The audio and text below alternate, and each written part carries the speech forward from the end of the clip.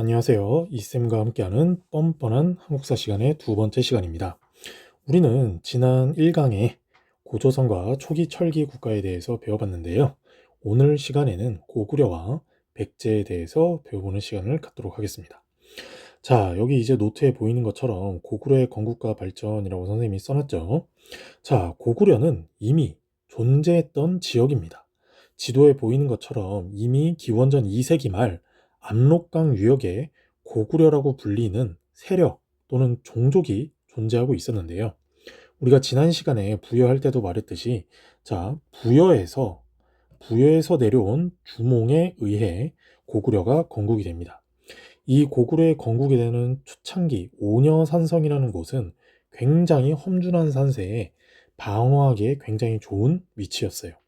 그래서 이 주몽은 고구려를 세울 때 부여의 유이민, 본인 역시 부여의 유이민이죠. 그리고 여기 고구려에 살고 있던 토착민과 힘을 합쳐서 만든 나라가 바로 고구려예요. 우리 예전에 여러분들 기억하실지 모르겠지만 MBC에서 2006년에 주몽이라는 드라마를 했었는데 거기서 주몽의 와이프가 되는 즉 소선호라는 사람이 있었죠. 우리가 좀 이따 고구려의 오부체제에 대해서도 배워볼 텐데 바로 요 소선호라는 고구려의 토착민 세력과 힘을 합쳐서 만든 나라가 고구려다라는 이야기입니다. 자, 고구려의 성장을 보면 자연환경이 아까도 말했듯이 굉장히 척박한 산악지대에 위치를 했어요. 척박한 산악지대다 보니까 농사를 짓기가 굉장히 어렵겠죠. 그래서 약탈과 정복에 치중한다는 얘기예요. 즉 약탈 경쟁인데 생각해 보세요. 남의 거를 속된 말로 삥 뜯으러 가는데 허약하고 비실한 애들로 데려갈 수는 없겠죠.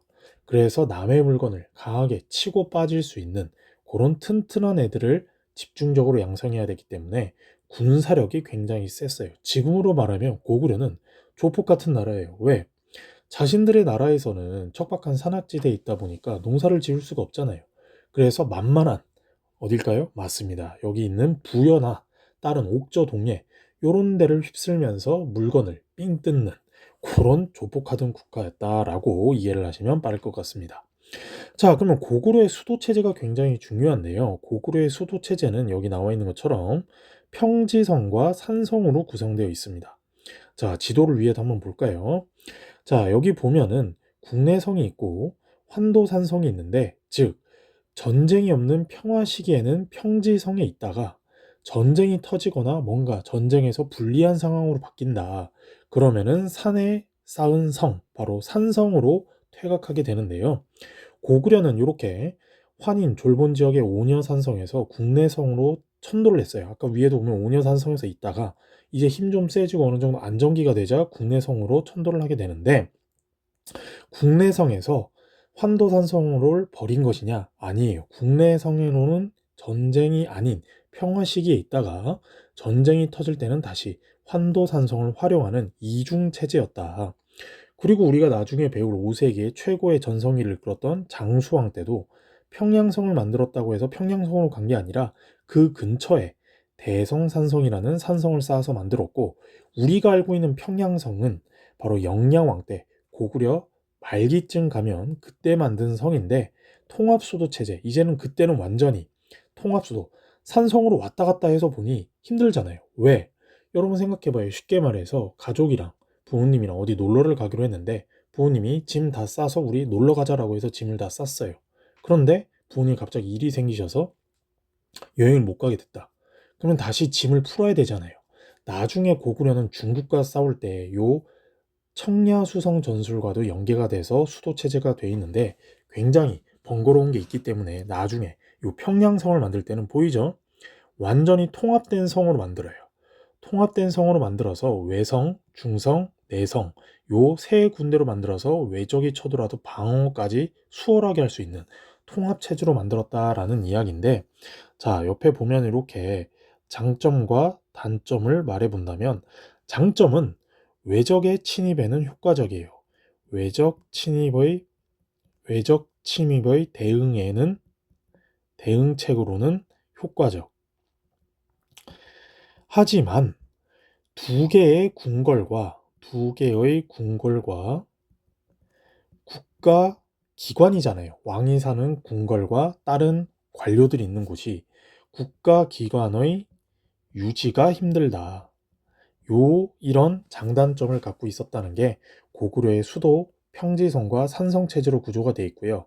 고구려에서 파생된 백제 역시도, 그리고 나중에 우리가 또 배울 발해 역시도 이렇게 두 가지 성체제, 평지성과 산성체제로 나뉘어져 있다라는 것을 여러분이 알아두시면 되겠습니다.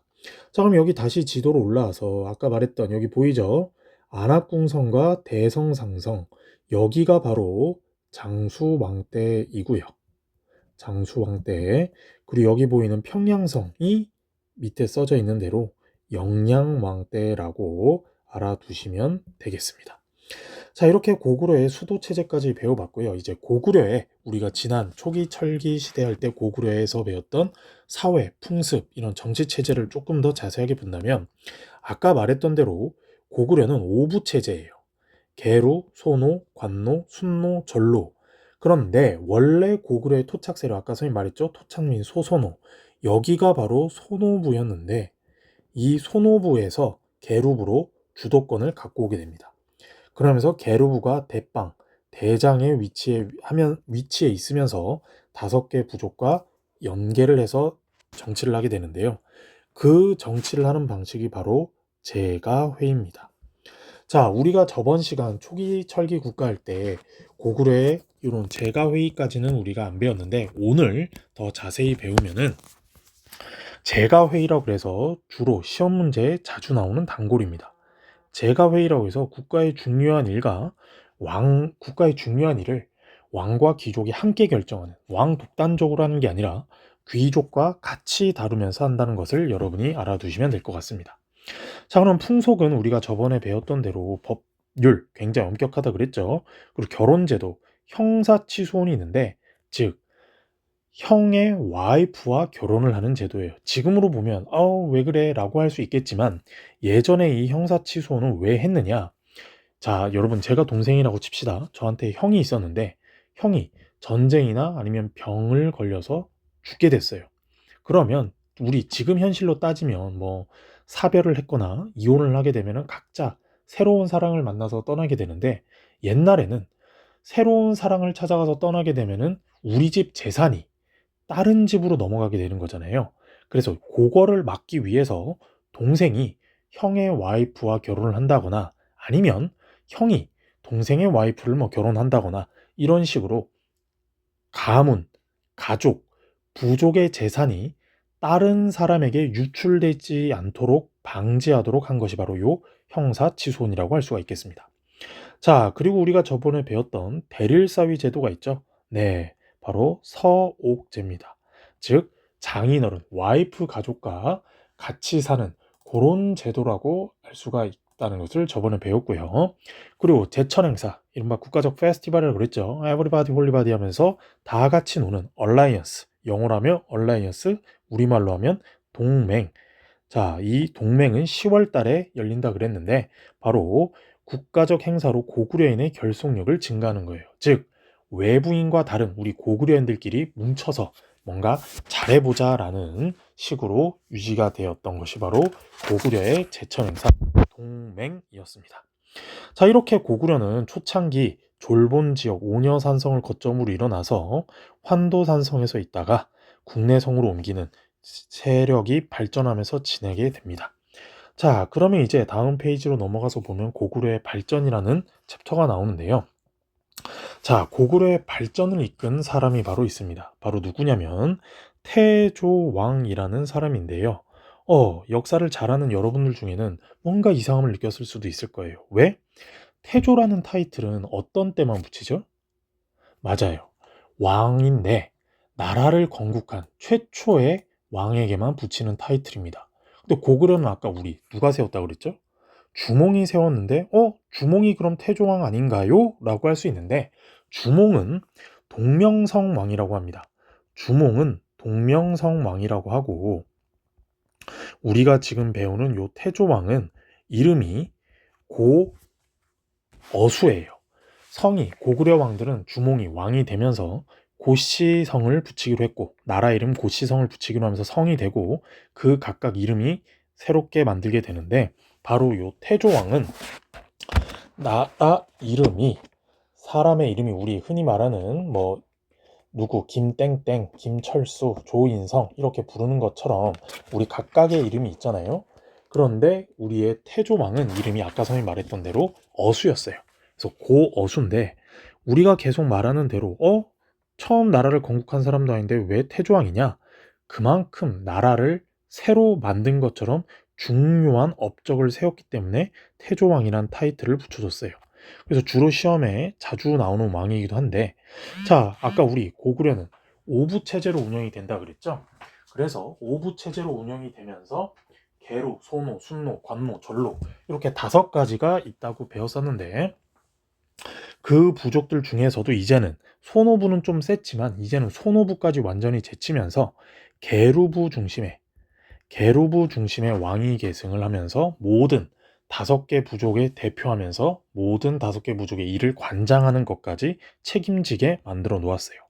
그러면서 동해안에 옥저를 정복하게 되는데 우리 지난 시간에 배웠던 초창기 국가 옥저 있었죠. 자, 이 옥저를 정복하게 되는데 제일 중요한 바로 소금을 확보하게 됩니다. 우리 여러분 음식을 먹거나 뭐 할 때 소금이 굉장히 중요하잖아요. 예전에는 소독, 우리는 지금 아침에 일어나면 치약과 칫솔로 양치를 하지만 옛날에는 소금으로 일종의 이 구강을 소독하거나 청결을 유지하는 소독 그 도구였어요. 거기다 음식 먹을 때 우리 간이 맞아야 되죠. 그런 소금이 바닷가에 있다 보니까 여기 보이죠? 옥저가 요 일대인데 요 일대를 공격해서 소금 및 해산물을 확보하게 되었다. 그리고 우리 고조선이 멸망하고 나서 낭랑, 임둔, 진번, 현토군이 있다고 그랬죠. 이렇게 현토군과 요동군을 공격하면서 남쪽의 청천강 일대까지 영토를 확장하게 됩니다. 지도를 보면 고구려역이 초창기 있었는데 현도군도 이렇게 하얀색 점선으로 표시가 돼 있죠. 여기 있던 거를 두드려 패고 그리고 또 두드려 패고 또 두드려 패고 해서 3차례나 이 현토군을 부로 몰리면서 요동 지역, 즉 중국 쪽으로 몰면서 고구려의 세력을 키웠다라는 것을 알아두면 될 것 같아요. 자, 그런데 여러분이 한 가지를 알아둬야 되는데 어디냐면 바로 요 서안평이라는 지역이에요. 이 서안평이라는 지역이 지금의 단둥이라는 지역인데 중국의 국경선 일대인데 요 지역이 굉장히 중요한 교통의 요충지예요. 교통의 요충지라는 말은 왜 그러냐면 자, 고구려가 있기 전까지 낙랑군이 요 일대를 다스리고 현토군이 요 일대를 다스리고 있었는데 자, 중국에서 낙랑군으로 갈 때 물자들을 지원해 줘야 되겠죠. 그래서 물자들이 자연스럽게 이동을 하는데 이제는 고구려가 요 지역을 차지하게 되면서 이 루트를 깎이게 되니까 요 지역이 굉장히 중요한 지역으로 대두되게 됩니다. 물론 지금도 북한과 중국을 이어주는 굉장히 중요한 지역인데 예전에는 더 중요했겠죠. 자, 그런 것까지 알아두고 다음 왕으로 넘어가 볼게요. 자, 다음 왕은 고국천왕이라고 있는데, 자, 여러분이 한국 고대사를 조금 어려워하는 이유가 있죠. 왜? 왕의 이름이 비슷한 애들이 너무 많아요. 고구려에서는 고국천왕, 고국원왕, 백제에서는 근초고왕, 근구수왕, 그리고 신라에서는 신문왕, 신무왕, 뭐 굉장히 많잖아요. 근데 쉽게 알 수 있는 방법을 알려줄게요. 자, 고국천왕, 천자가 들어가잖아요. 하늘천이라고 그냥 알아두세요. 원래 고구려 왕들의 이 별칭은 아까 말했던 태조왕은 나라를 건국한 만큼 사이즈가 굉장히 크고 훌륭해서 붙여준 왕이었고 나머지 고국천왕, 동천왕 뭐 요런 고국 원왕도 있지만 나중에 왕이 묻혔던 그 위치를 따서 왕호를 붙여줬는데 이런 것까지 세세하게 하면 너무 힘드니까 여러분이 왕을 알고 공부할 때는 자, 쉽게 외워지는 방법 알려줄게요. 천자니까 하늘 천자라고 생각하세요. 굉장히 훌륭한 왕이었다. 자, 그런데 좀 이따가 배우겠지만 이 고국 원왕은 원통하게 죽은 왕이에요. 억울하게 죽은 왕. 그래서 원자를 붙인다. 이런 식으로 조금 암기를 하면은 여러분들이 쉽게 조금 공부를 하지 않나라고 생각을 해서 한번 했습니다. 자, 다시 돌아와서 고국천왕은 중앙 집권화를 강화하게 되는데요. 자신의 할아버지가 있던 즉 태조왕의 거의 증손자뻘이에요. 태조왕의 증손자뻘인 이 고국천왕은 오부 체제를 개편하게 되는데 즉 할아버지 때는 계로, 소노, 순노, 관노, 전로 이렇게 뭔가 부족적인 느낌이었다면은 이제는 행정적, 관료제적으로 바꿨다는 이야기인데 무슨 말이냐면 자, 왕은 다 이제 계루부에서 나온다 그랬죠. 계루부를 중심으로 해서 동, 서, 남, 북 이렇게 네 다섯 군데로 나눈 방위 개념으로 바꾼 것이 바로 오부 체제를 바꾸게 됩니다. 그리고 두 번째, 예전에는 형제 상속도 많이 했어요. 즉 형에서 동생으로 또는 동생에서 형으로 이렇게 가는 경우도 있었는데, 이제는 완벽히 부자, 아버지와 아들 중심으로만 왕위가 이어진다 라고 하는 것을 확립했다. 이 부분이 중요하니까 교과서에도 그렇고 시험 문제에도 자주 나오니까 잘 알아두면 되겠습니다. 그리고 아까 말했던 우리 가문, 우리 가족, 우리 집안의 재산을 다른 데로 유출되지 않도록 했던 위한 방법, 형사치수제를 했다고 그랬잖아요. 이 형사치수제를 폐지하게 됩니다. 그러면 이 말인 즉슨 이제 이혼을 하거나 하지 말라고 했으니까 그러면은 줘야 되느냐? 그 말이 아니라 이혼을 하거나 남편이 죽는다 하더라도 이 여자가 다른 사람을 찾아서 나간다 하더라도 우리 집의 재산을 주지 않는다라는 개념으로 정립했기 때문에 형사치수제를 폐지하게 되었다라는 이야기예요. 자, 그리고 이 고국천왕, 선생님 아까 굉장히 중요한 왕이라 그랬잖아요. 그렇게 해서 중요한 것이 무엇이냐? 바로 진대법입니다. 요 진대법이 굉장히 중요한데요. 왜 중요하냐면 진대법, 굉장히 중요한 법이라 그랬죠. 바로 빈민구제책이에요. 이 빈민구제책이 뭐냐면은, 빈민구제책은 국가적인 곡식을 대출하고 반납하는 시스템, 이른바 먹고 살기 힘들 때 국가에서 먹을 걸 빌려서, 우리가 지난 시간에 했던 대로 동맹 이럴 때 추수를 한다 그랬잖아요. 그럴 때 먹을 게 좀 생기면은 갚는, 그래서 춘대 추납, 봄에 빌려서 가을에 갚는다 라는 시스템이에요. 그만큼 이게 왜 중요하냐면은, 자, 백성들이 먹고 살기 힘든데 국가에서 먹을 것을 줬다, 이 말인즉슨 식량이 풍족하다는 것을 반증하는 거예요. 풍족하다. 잘못 썼네요. 식량이 풍족하다라는 것. 식량이 그만큼 많고 국가에서 어느 정도 받쳐줄 수 있기 때문에 백성들에게 지원해주지 않았나라는 것이고요. 이게 우리 나중에 고려나 조선으로 이어지는 황곡제의 기원이 됩니다. 미리 말하면 진대법이 시작이 되었죠. 고려에서는 바로 흑창이라고 합니다. 그리고 조선으로 넘어가면은 바로 환곡이라 그러죠. 요런 사회복지 시스템의 기반을 마련할 거기 때문에 굉장히 중요하다라고 이해하시면 될 것 같습니다. 자, 그 다음에 바로 동천왕인데요. 자, 동천왕은 바로 고국천왕의 또 손자입니다. 근데 아까 선생님이 굉장히 중요한 지역이 있다고 그랬죠. 어디였죠? 맞습니다. 바로 서안평인데, 고구려가 발전하기 위해서는 이 서안평을 반드시 장악해야 됐어요.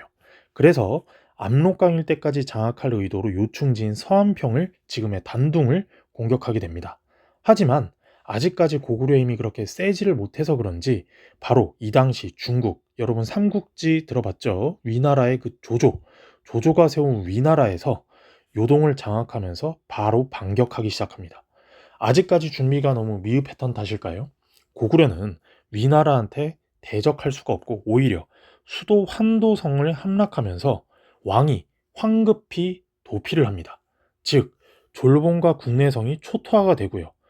아까 선생님이 말했던 대로 두 가지의 성 시스템이 있다고 그랬잖아요.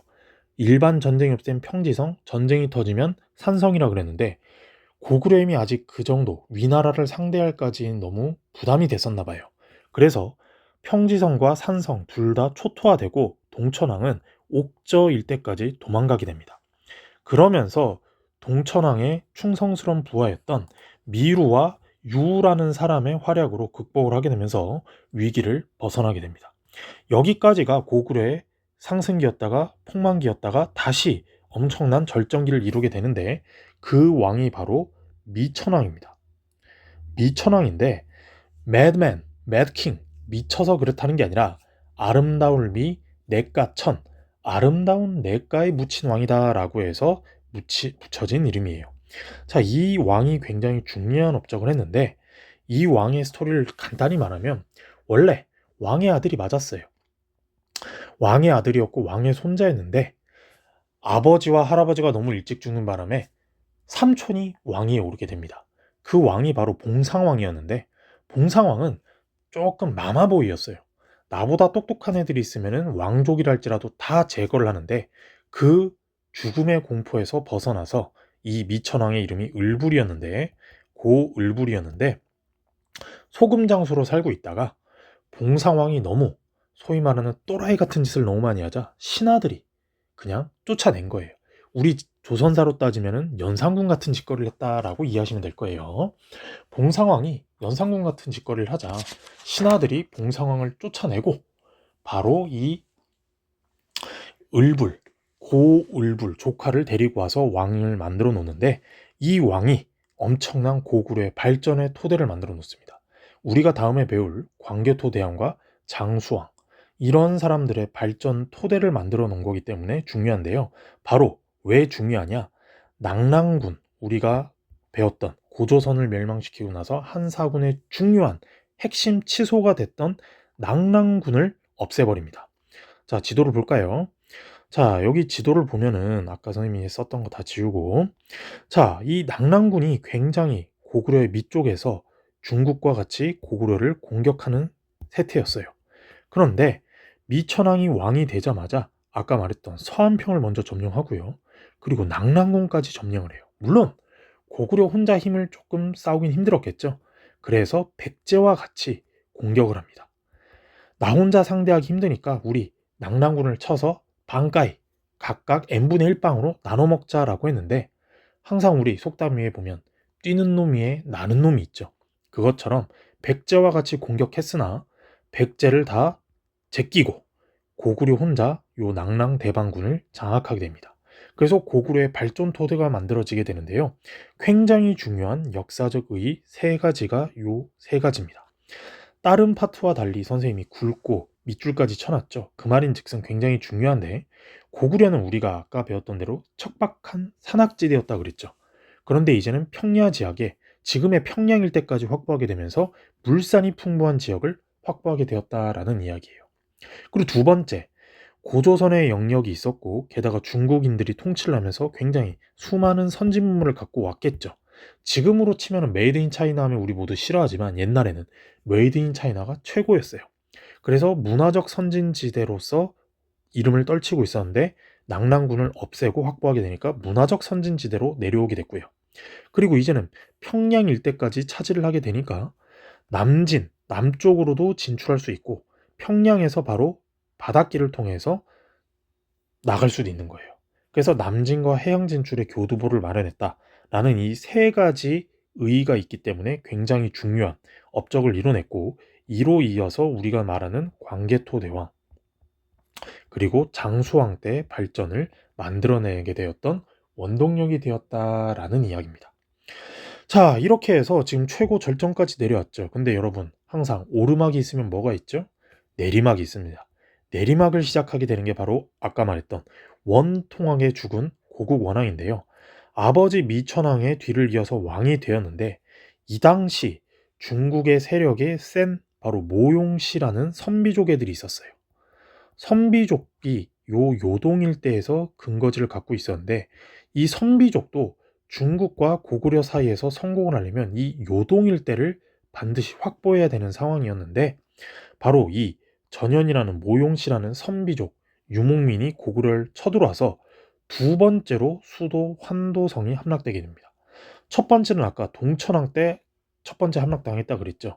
이제 두 번째 환도성이 함락되게 되었는데 이때까지는 중국만큼은 세지가 않아서 바로 고구려도 다시 환도산성에서 운거를 하고 있었어요. 근데 얘네들이 이 유목민족이 조금 치사해.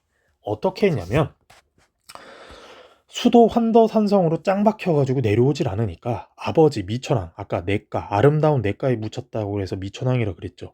이 미천왕의 무덤을 도구를 합니다. 우리 지금 여러분 영화 파묘를 봤을 수도 있지만 파묘에서도 함부로 무덤 파는 거이죠. 거기다가 왕의 무덤을 함부로 박았어요. 그러면서 고국원왕이 성에 있는 고국원왕을 보이면서 너 지금 당장 항복 안 하면은 나 너희 아빠 시신을 불태울 수도 있다라고 하자 한번 해볼 테면 해봐라 라고 했더니 이 유목민들은 정말로 해버렸어요. 아버지 미천왕의 뼈를 팔 한 짝을 떼버리고 또 안 나오니까 왼팔을 떼버리고 또 안 나오니까 오른쪽 다리 또 안 나오니까 왼쪽 다리 이러면서 아빠 유골을 아주 그냥 박살내는 작전으로 나가자 결국에는 이 고국원왕이 아버지의 유골 또 훼손돼서 문제인데 엄마까지 인질로 잡아간 상황이다 보니까 부모를 다 함부로 벌 수가 없잖아요. 그래서 결국 항복을 하게 되면서 유목민족에게 무릎을 꿇게 됩니다. 자, 근데 엎친 데 덮친 격 설상가상으로 고구려가 이렇게 양 사이드로 주어 터지고 있는 걸 보자 우리 아버지 때 미천왕 때 백제가 뒤통수 맞았다 그랬죠. 시간이 흘러서 이 당시는 바로 근초고왕입니다. 백제를 최고 전성기로 만들어 놓은 근초고왕 때 이 근초고왕이 바로 밀고 올라오면서 평양성 공격으로 결국에는 전사하게 되는데 평양성 위에서 내가 오랑캐한테는 발렸지만 저 백제 놈들한테는 질 수 없다 라고 하면서 끝까지 항전을 하다가 결국에 날아오는 화살을 맞고 떨어지게 되는데 자 여러분 생각해 보세요. 성벽이 이렇게 있다고 칩시다. 그럼 왕이 여기서 열심히 항전해서 싸우는데 일로 떨어질 거면 성 뒤쪽 이쪽으로 떨어졌어야 되는데 하필 재수도 더럽게 없었어요. 그래서 원토한 왕이라 그랬죠. 바로 앞인 백제군들이 있는 백제군 진영으로 떨어지게 되면서 결국 비참한 최후를 맞이하게 됩니다. 그러면서 고구려는 아버지 때 미천왕 때 최고의 절정기로 올라갔다가 고국원왕 때 폭망했다가 다시 한번 올라가게 되는데 그 왕이 누구냐? 바로 소수림 왕입니다. 소수림 왕도 굉장히 중요한데요. 왜 중요하냐? 고구려의 발전 토대를 만들어 놓은 왕이 미천왕이었다면 고구려의 시스템화, 체제를 정비한 왕은 바로 요 소수림 왕이에요. 그래서 우리가 알고 있는 372년에 바로 왕즉불, 왕이 곧 부처다라고 하면서 왕권 강화를 하기 위해서 수용했던 불교를 수용하게 되고요. 두 번째, 왕이 비참하게 죽었다고 그랬죠. 아버지 고국 원왕이. 그러자 뭔가 법을 만들고 시스템화를 해야 되니까 그래서 율령을 반포하게 됩니다. 이른바 법. 왕이라 할지라도 법을 지키고 모든 사람들이 법을 따르게 되는. 그리고 여러분도 지금 학교에서 열심히 수업을 듣잖아요. 왜? 여러분의 꿈을 향해서 공부를 하고 자기를 다듬는 건데 고구려 역시 우리도 인재를 키워서 나라를 발전시키자라는 목적으로 학교를 설립합니다. 그게 바로 태학인데요. 바로 요 소수림왕 때 372년 그리고 373년 요 때 불교를 수용하고 율령을 반포하고 태학을 설립하면서 고구려의 시스템화를 만들게 됩니다. 그래서 흔들렸던 왕권을 다시 강화하게 되는데 그게 바로 소수림 왕이다라는 것을 여러분이 알아두시면 좋겠습니다. 여기까지가 고구려의 건국과 발전에 대해서 배워봤고요. 발전기는 다다음 시간인 4, 5세기 할 때 더 넘어가도록 하겠습니다. 다음 이제 뒤를 넘어가서 바로 이제 백제의 건국으로 넘어가 볼게요. 자, 백제의 건국은 우리 흔히 말하는 세 시기로 구분할 수 있습니다. 그 첫 번째가 바로 한성시대예요. 즉 지금 우리나라의 서울, 수도인 서울에서 시작을 했고요. 그리고 두 번째가 웅진시대, 한성시대, 웅진시대, 그리고 세 번째가 사비시대예요. 왜? 성왕 때 웅진에서 수도를 촌단다 그랬죠. 그래서 이렇게 세 시기로 구분을 할 수가 있는데 백제의 건국으로 보면 이 온조와 비류 역시 고구려부터 내려온 고구려 유이민 세력이에요. 고구려부터 내려온 유이민 세력이었는데 왜 내려오게 되었냐? 원래는 아까 우리 고구려 때 배웠던 주몽이 소선호와 결혼하게 되었는데 소선호는 이미 지금으로 따지면 돌싱이었어요. 아들 둘이 있었는데 자신의 아들 부여에 남기고 온 유리라는 애가 죽은 줄 알고 그래 내 왕이 그냥 온조나 비류 중에 넘겨줘야 되겠다라고 했는데 이 유리가 죽은 줄만 알았던 유리가 살아 돌아오자 여러분 생각해봐요. 내 친자식한테 왕위를 물려주고 싶겠어요? 아니면은 뭐 그 양자 아니면 뭐 이혼한 내 그 새로운 내 피가 섞이지 않은 아들에게 왕위를 넘겨주고 싶겠어요? 당연히 내 아들에게 넘겨주고 싶겠죠. 그래서 주몽은 자신의 친아들에게 물려주려고 하자 온조와 비류는 남아있다간 제거될 수도 있겠죠.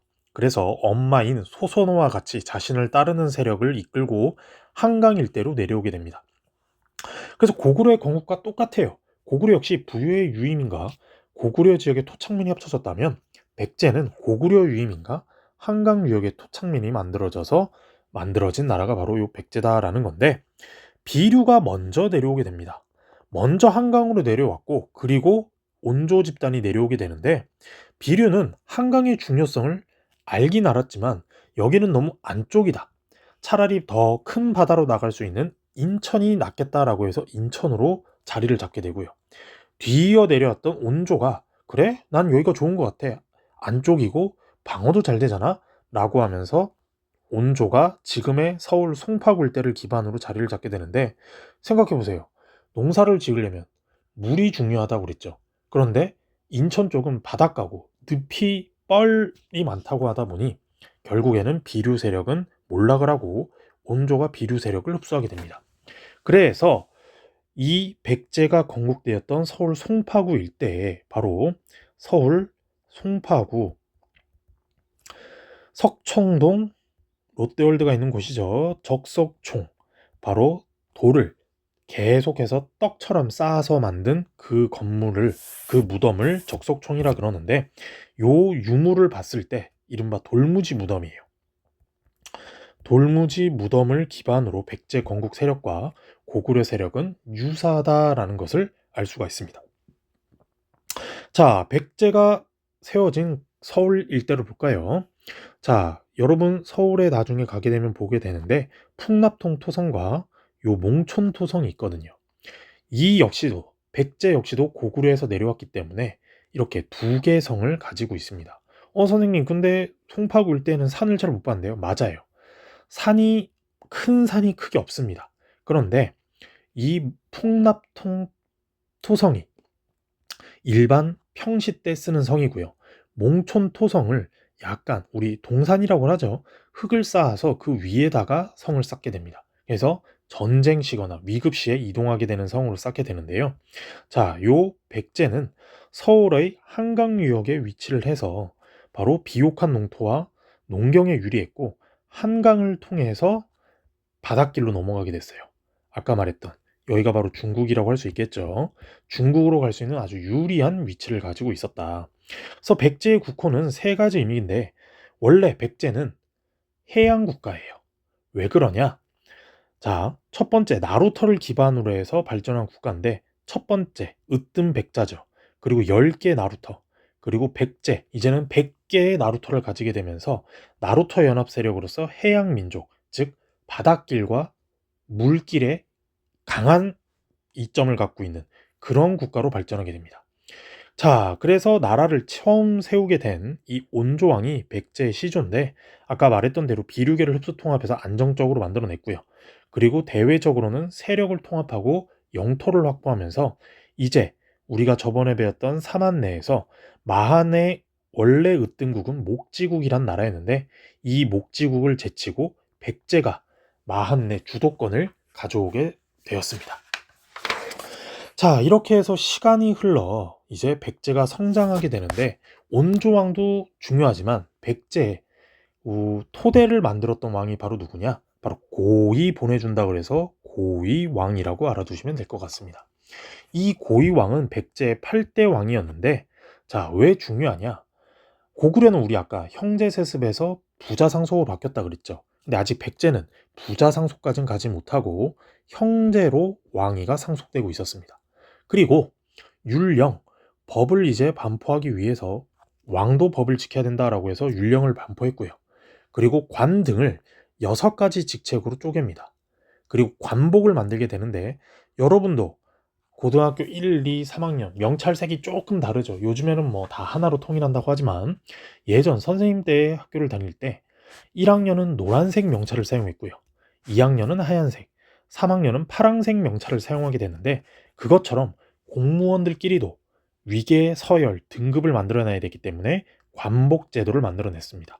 그러면서 6개 자평식도 만들고, 또 한 가지, 여러분 학교 올 때 그냥 사복 입고 오지 않죠. 이른바 유니폼, 국가에서 입는, 우리는 다 같은 백제이다라는, 백제의 관리다라는 것을 나타내기 위해서 관복, 공무원 복장, 관리 복장의 줄임말인 관복 제도를 마련했다라는 것을 알아두면 되겠습니다. 그리고 아까 온조왕 때 목지국이 이제 주도권을 뺏겼다 그랬죠. 근데 이제 완전히 목지국을 정복해서 충청도 일대까지 호두과자로 유명한 천안 일대까지 진출하게 됩니다. 자, 지도를 한번 보면서 할까요? 자, 지도를 보면 요 목지국을 병합하면서 천안 일대까지 진출하게 돼요. 우리가 앞서 배웠던 고이왕이 8대 왕이라 그랬죠. 7대 왕까지는 서울 일대, 요 수원, 요 일대까지만 가지고 있었다면 이제 고이왕 때 와서는 천안까지 진출하게 되었다. 그리고 우리가 앞서 배웠던 미천왕 때 낙랑군, 대방군 있죠. 여기를 같이 공격해요. 왜? 나눠 먹기로 했으니까. 죄송합니다.